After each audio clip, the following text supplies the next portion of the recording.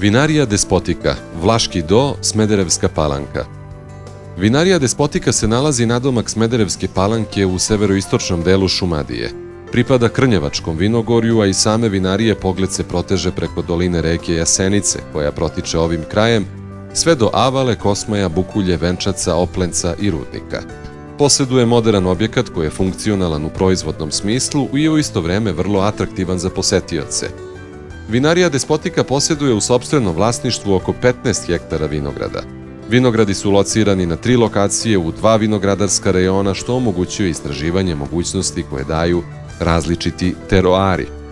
U šumadijskom reonu posjeduje oko 4 hektara vinograda gde su zastupljene internacionalne sorte Cabernet Sauvignon, Merlot i Sauvignon Blanc i oko 3 hektara vinograda domaćih autohtonih sorti Morava i Prokupac. Vinarija posjeduje još oko 5 hektara vinograda u Gročanskom vinogorju koji pripada Beogradskom rejonu.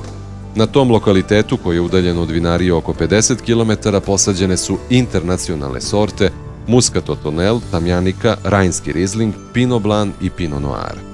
Projektovani kapacitet vinarije je oko 200.000 litara, trenutni kapacitet iznosi 60.000 litara.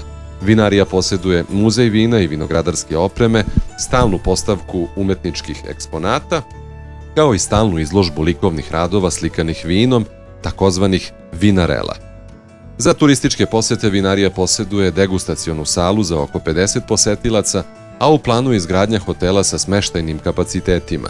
Vinarija Despotika izvozi svoja vina u Kinu, Holandiju, Švajcarsku, Rumuniju. Ovaj video je kreiran uz financijsku pomoć SDC. Sadržaj ovog videomaterijala je odgovornost implementacionog partnera Centar vinske kulture i ne odražava stavove SDC.